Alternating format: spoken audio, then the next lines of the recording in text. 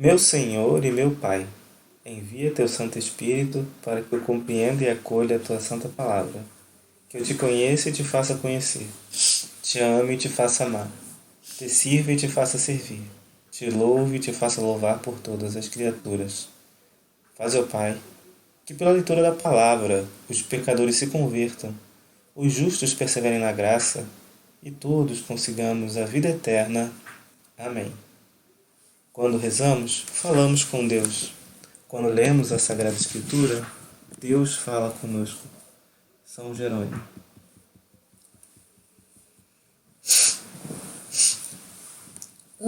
Macabeus 4. Tomando consigo 5.000 soldados de infantaria e 1.000 cavaleiros de elite, Gorgias se pôs a caminho à noite para surpreender o acampamento dos judeus e atacá-lo de improviso. A gente da fortaleza servia-lhe de guia, mas Judas o soube e com seus destemidos companheiros saiu para esmagar aquelas forças do rei que tinham ficado perto de Emaús, enquanto as tropas estavam espalhadas na planície. Chegou Jorge à noite ao acampamento de Judas, mas não encontrou ninguém. Pôs-se então à sua procura nas montanhas, dizendo: fugiram diante de nós.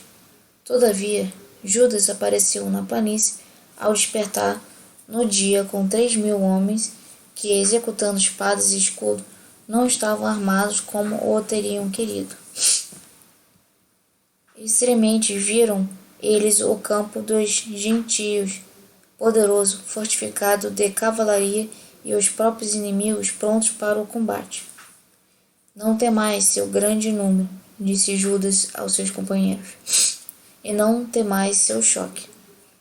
Lembrai-vos como nossos pais foram salvos no Mar Vermelho, quando o faraó os perseguia com o seu exército.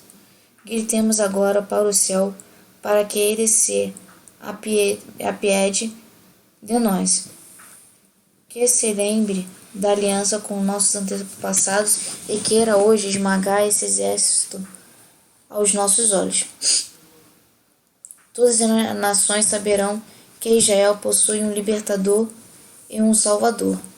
Erguendo os olhos, os gentios viram-nos avançar contra eles e saíram do acampamento para a luta. Enquanto os homens de Judas soavam as trombetas, travou-se a batalha, mas os inimigos derrotados puseram-se em fuga através da planície. Os últimos tombaram todos sob a espada, enquanto eram perseguidos até Gazara e as planícies de Idumeia, de Azoto e de Jânia, e sucumbiram cerca de 3.000 homens. Então Judas parou de persegui-los, voltou atrás com suas tropas pelo mesmo caminho e disse: não penseis nos despojos, porque outro combate nos aguarda. Gorgias está perto de nós nas montanhas com suas forças. No momento, enfrentai os inimigos e combatei. Depois podereis apoderar-vos de seus despojos com toda tranquilidade. Ainda Judas falava quando alguns homens apareceram e olharam do alto da montanha.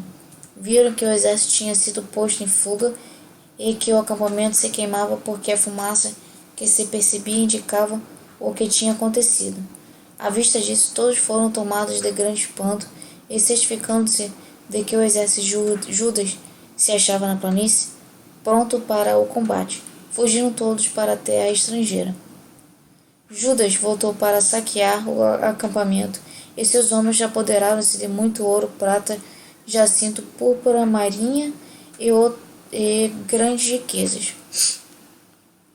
Ao voltarem, cantavam hinos e elevavam ao céu os louvores ao Senhor, exclamando: Ele é bom e sua misericórdia é eterna. Naquele dia foi grande a vitória que se alcançou em Israel. Os gentios que escaparam vieram contar a Lísias o acontecido. Ele ficou consternado e abatido ouvindo-os, porque Israel não tinha sido tratado como ele quis, e porque as ordens do rei não tinham sido cumpridas. Por isso, no ano seguinte, reuniu Lisias 60.000 infantes escolhidos e 5.000 cavaleiros para lutar contra os judeus.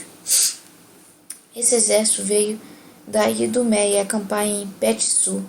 Judas foi ao encontro com 10.000 homens, tendo ante os olhos esse poderoso exército. Rezou nesses termos: Sede bendito, Salvador de Israel, vós que quebraste a força do gigante pela mão do vosso servo Davi, e entregaste os exércitos estrangeiros às mãos de Jonatas e do seu escudeiro. Entregai esse exército ao povo de Israel, e confundi nossos inimigos com suas tropas e sua cavalaria.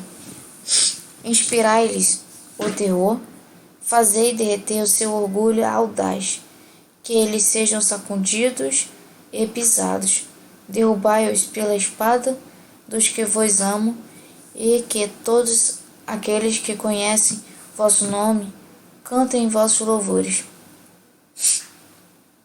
Travou-se então o combate, e do exército de Lisias tombaram 5.000 homens, que sucumbiram diante deles. Vendo seu exército posto em fuga, e os judeus cheios de bravura, prontos a viver ou morrer valentemente, voltou Lisias a Antioquia para arregimentar tropas de mercenários, com o intuito de reaparecer na Judéia com um exército mais forte. Judas e seus irmãos disseram então: Eis que nossos inimigos estão aniquilados. Subamos agora para purificar e consagrar de novo os lugares santos. Reunido todo o exército, subiram ao monte Sião, contemplaram a desolação dos lugares santos, o altar profanado, as portas queimadas, os átrios cheios de arbustos que tinham nascido, como num bosque ou sobre as colinas, os aposentos demolidos. Rasgando suas vestes, eles se lamentaram muito e cobriram as cabeças com cinza. Prostraram-se com o rosto por terra e tocaram as trombetas e ergueram clamores ao céu. Então Judas encarregou alguns homens para combater os soldados da fortaleza, enquanto purificavam o templo. Escolheu sacerdotes sem mancha e zelosos da lei, os quais purificaram o templo, transportando para o lugar impuro as pedras contaminadas. Consultaram-se entre si o que se deveria fazer com o altar dos holocaustos, que havia sido profanado. Tomaram a excelente ideia de demoli-lo, para que não recaísse sobre eles o opróbrio vindo da mancha dos gentios. Destruíram-no, portanto, e transportaram suas pedras a um lugar conveniente sobre a montanha do templo, aguardando a decisão de algum profeta a esse respeito. Tomaram pedras não talhadas segundo a lei e construíram um novo altar, semelhante ao primeiro. Restauraram o santuário assim como o interior do templo, e purificaram os átrios, fizeram novos vasos sagrados e transportaram ao santuário o candelabro, o altar dos perfumes e a mesa. Queimaram incenso sobre o altar e acenderam as lâmpadas do candelabro, que voltaram a brilhar no interior do templo. Colocaram pães sobre a mesa e suspenderam os véus, terminando completamente seu trabalho. No dia 25 do 9º mês, isto é, do mês de Casleu, do ano 148, eles se levantaram muito cedo, ofereceram um sacrifício conforme a lei sobre o novo altar dos holocaustos que haviam construído. Foi no mesmo dia e na mesma data em que os gentios o haviam profanado, que o altar foi de novo consagrado ao som de cânticos, das harpas, das liras e dos símbolos. Todo o povo se prostrou com o rosto em terra para adorar e bendizer ao céu aquele que os havia conduzido ao triunfo. Prolongaram por 8 dias a dedicação do altar, oferecendo com alegria holocaustos e sacrifícios de ação de graça e de louvor. adornaram a fachada do templo com coroas de ouro e pequenos escudos. Consagraram as entradas do templo e os quartos, nos quais colocaram portas. Reinou com alegria imensa entre o povo, e o opróbrio das nações foi afastado. Foi estabelecido por Judas e seus irmãos e por toda a Assembleia de Israel que os dias de dedicação do altar seriam celebrados cada ano em sua data própria. Durante 8 dias, a partir do dia 25 do mês de Caosleu, isto com alegria e regozijo.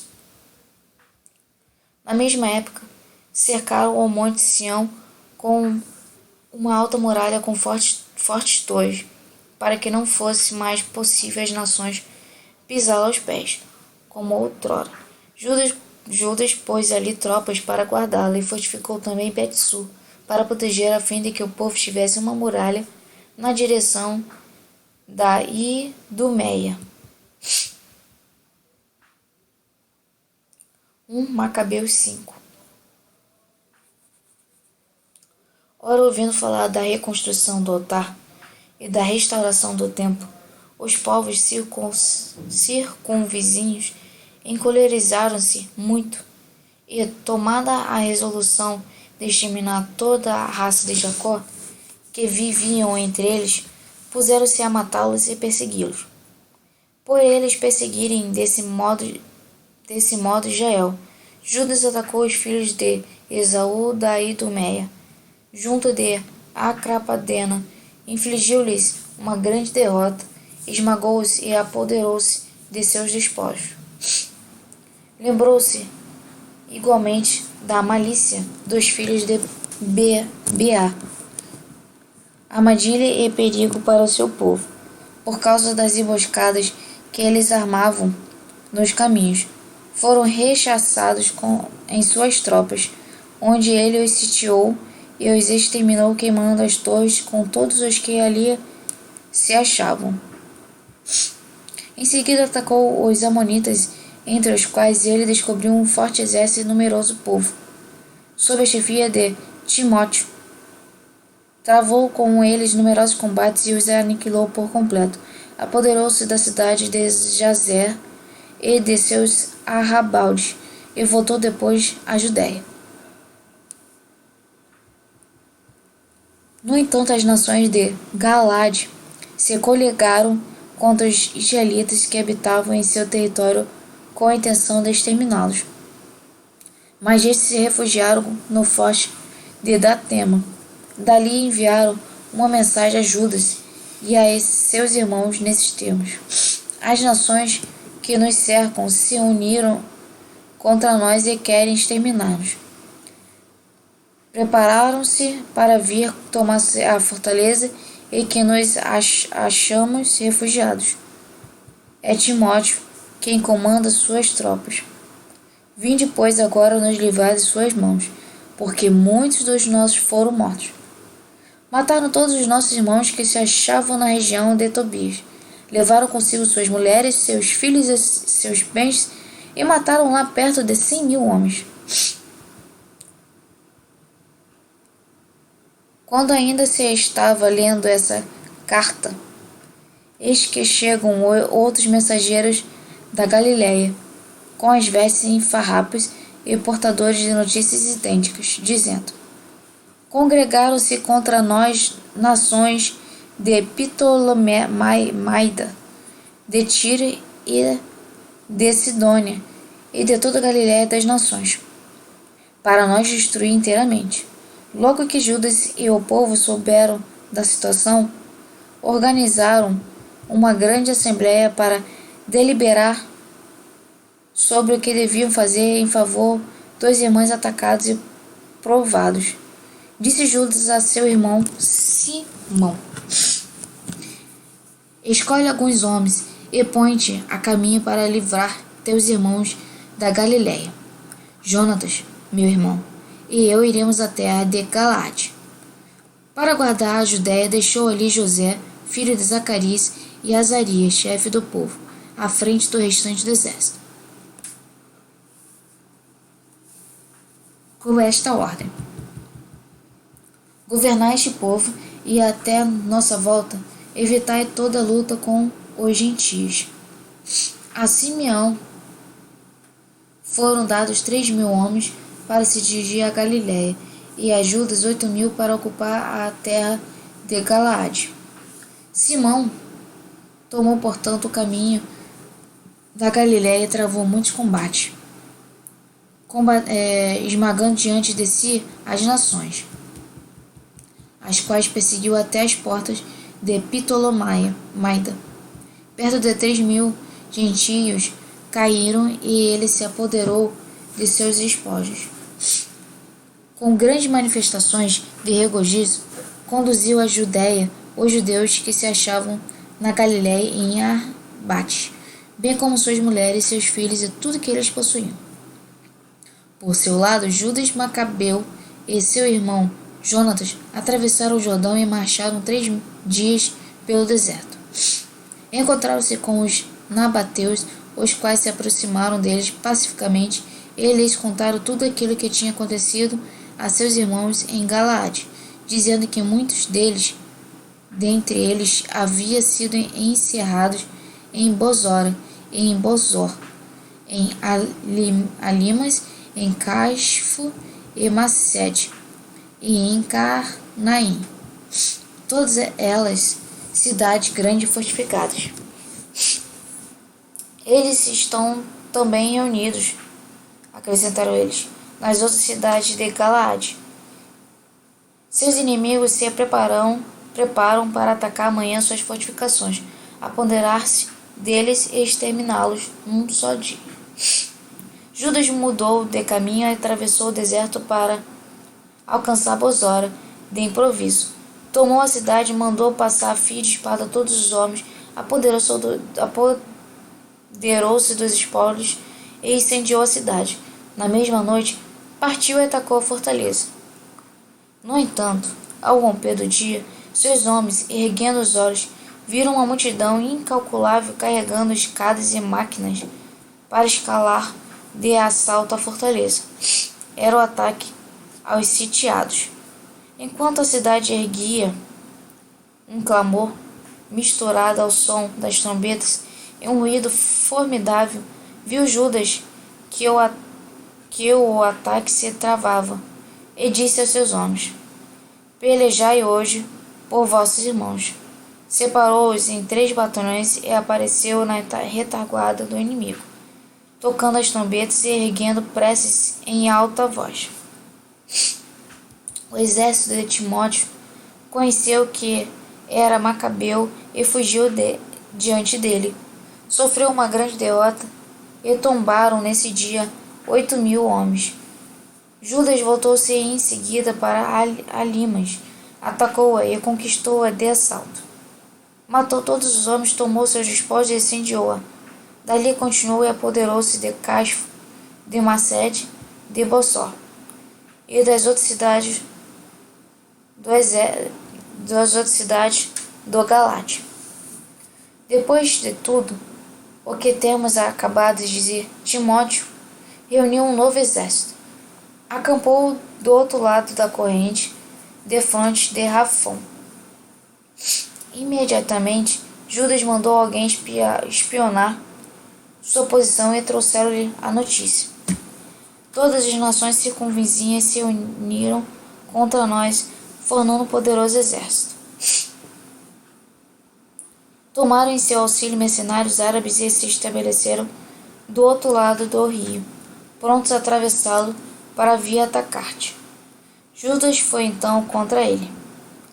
Ao chegar Judas com suas tropas à torrente, disse Timóteo, por sua vez, aos oficiais de seu exército: se ele atravessar primeiro a torrente contra nós, não lhe poderemos resistir, porque terá vantagem sobre nós. Mas se ele temer passar e acampar do outro lado do rio, atravessaremos e teremos vantagem sobre ele. Ora, logo que chegaram à torrente, Judas dispôs ao longo do rio os escribas do povo, com a seguinte ordem: não deixei ninguém se instalar por aqui, mas venham todos ao combate. e foi ele o primeiro a se arrojar, e todo o povo o seguiu. Os gentios foram derrotados diante de seus olhos, lançaram suas armas e fugiram para o templo de Carnaim. Os judeus, porém, apoderaram-se da cidade e incendiaram o templo com todos aqueles que lá se achavam. Carnaim foi assolada e ninguém pôde mais resistir a Judas. Este reuniu então todos os judeus da terra do Galaade, do menor ao maior, as mulheres, as crianças e seus haveres. Uma multidão enorme que ele resolveu conduzir à terra de Judá. Caminharam até Efron, cidade grande e bem fortificada, que se achava no caminho. Não se podia contorná-la, nem pela direita nem pela esquerda, mas era preciso atravessar. Os habitantes fecharam as portas e se entrecharam com pedras. Judas, todavia, enviou-lhes mensageiro com palavras de paz. Atravessaremos vossa terra para irmos a nós. Ninguém vos molestará, apenas queremos passar. Mas eles não lhes quiseram abrir o acesso. Então Judas ordenou que cada um, em seu posto, se dispusesse para a luta. Todos os homens do exército se prepararam, pois, durante todo o dia e toda a noite a cidade foi atacada, até cair em suas mãos. Passaram a fio de espada todos os homens, destruíram completamente a cidade, apoderaram-se dos espólios e atravessaram por cima dos seus cadáveres. Depois, a caravana passou o Jordão, para chegar à grande planície, em frente de Betsã. Em caminho, Judas não cessava de ajuntar os retardatários e de encorajar a multidão, até que chegassem à terra de Judá. Escalaram o monte de Sião com alegria e regozijos e ofereceram holocaustos por terem voltado em paz, sem que nenhum deles tivesse sucumbido. Ora, enquanto Judas se achava em Galaade, com Jonas e seu irmão Simão na Galiléia, diante de Ptolomaida, José, filho de Zacarias, e Azarias, à frente de suas tropas, souberam de seus feitos heróicos e de suas proezas. Façamos também célebre nosso nome, disse um para outro, e vamos combater nações vizinhas.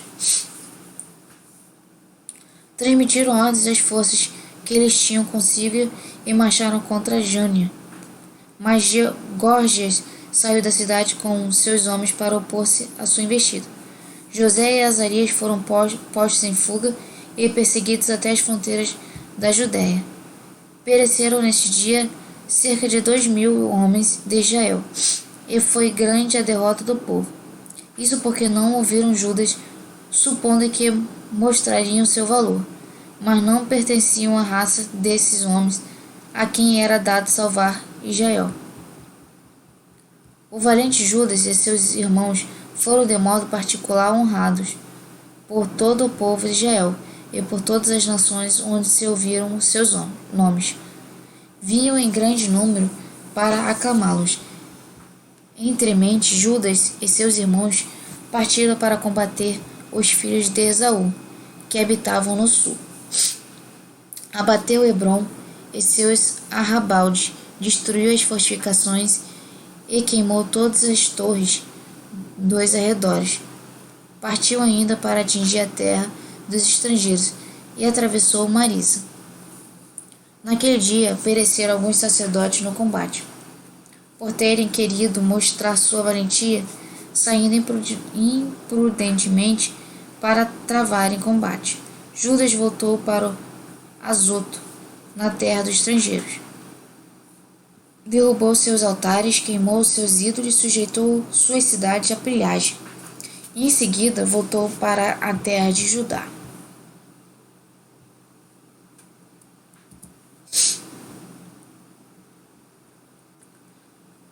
Macabeus 6. Enquanto percorria as províncias superiores, sob o rei Antíoco, que na Pérsia, em Alimaida, havia uma cidade famosa por suas riquezas, sua prata e seu ouro. Seu templo extremamente rico por suas véis de ouro, escudo, couraças e armas abandonadas ali por Alexandre, filho de Filipe, rei da Macedônia, que foi o primeiro a reinar sobre a Grécia. Dirigiu-se ele para essa cidade, com a finalidade de tomá-la e pilhá-la, mas foi em vão, porque os habitantes haviam sido prevenidos. Eles se aprontaram para lhe resistir e ele teve que voltar de lá, para alcançar a Babilônia com grande humilhação. E eis que na Pérsia, um mensageiro veio dizer que as tropas enviadas à Judéia tinham sido derrotadas, e que Lisias, tendo partido a princípio com um poderoso exército, havia fugido na presença dos judeus, os quais haviam aumentado ainda suas forças com armas e tropas, e se tinham enriquecido com todo o material raptado de seus campos devastados.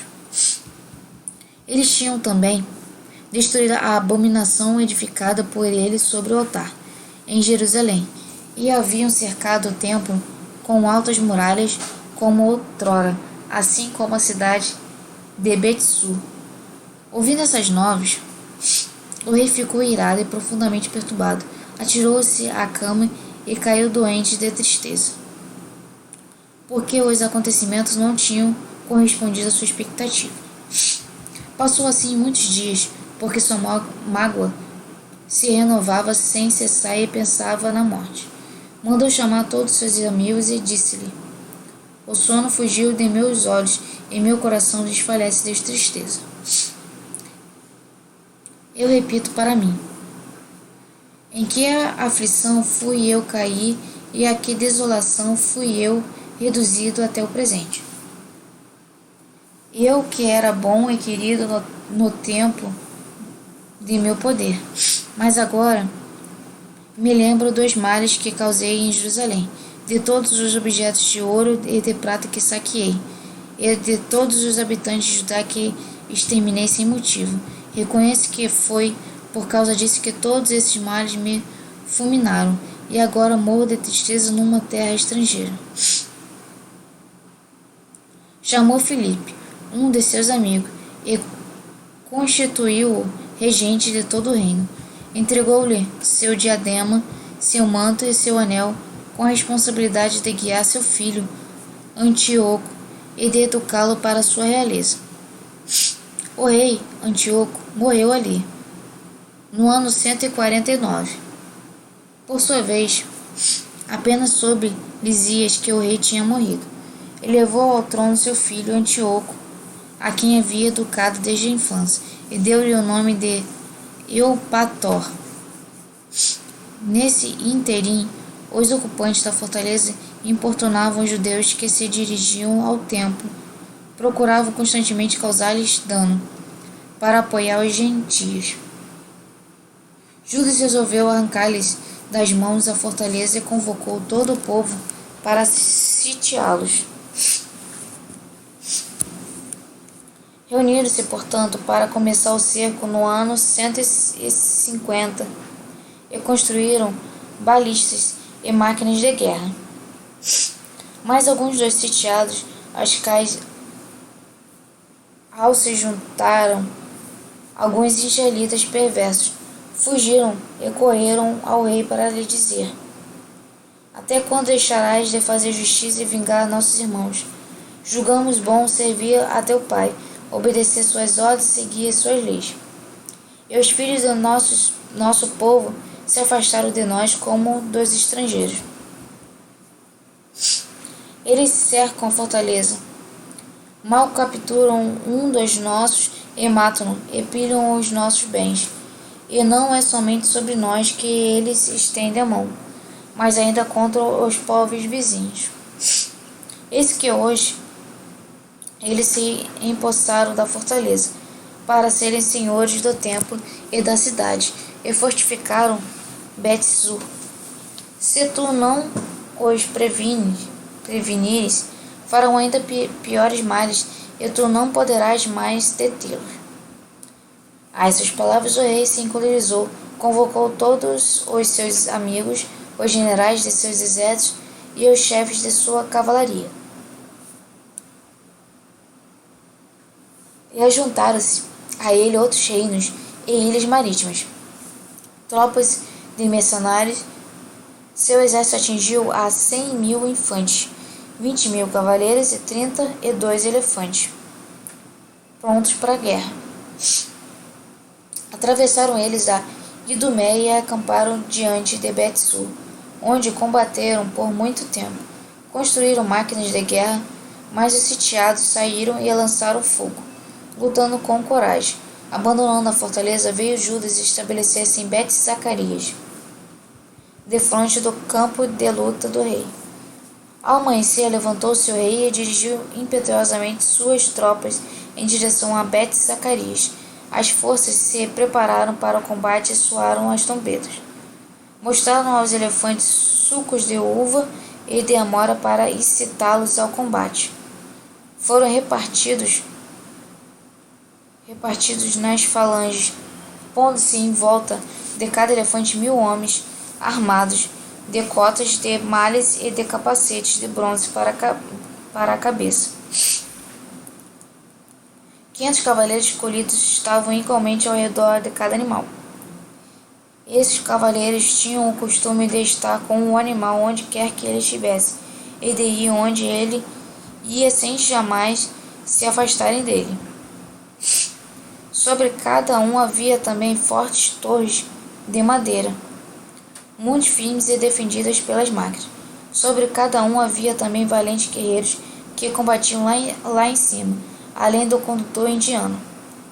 O rei dispôs o restante da cavalaria de um lado e de outro, nas duas alas, para manobrar e proteger as falanges.